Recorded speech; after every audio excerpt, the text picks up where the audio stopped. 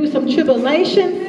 We have experienced some losses, amen. Glory to God. We have been through the flood and the storm. And we have been through some sicknesses.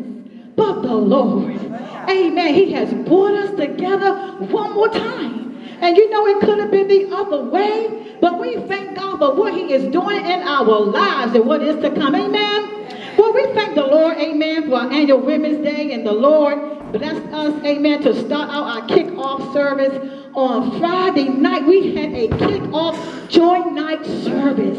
The women of God, amen. The Lord asked us to have a aspiring missionary who did the floral presentations to bring forth an inspirational message. And her message title was, do you know God? What's wrong with you? Amen, glory to God. Because if you don't love God, something's got to be wrong with you. But she let us know that God is a God of love. And that he loves us with an everlasting love. In spite of us, in spite of our imperfections, he yet loves us. So, do you love God?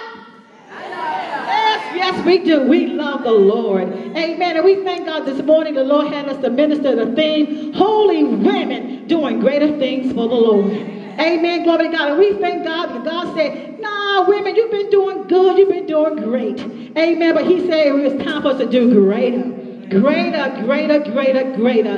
And we thank God for what he has done so far. We're just so excited for the word of the Lord that God is going to bring forth on today through our Pastor Partlow. Praise the Lord. Let's give God an ovation for her, Elder Montgomery, and joining her. Praise the Lord. We thank God, but there is a word from the Lord. You better believe it's a word from the Lord. And we give honor to our pastor. Amen. Pastor Person, let's give him an ovation.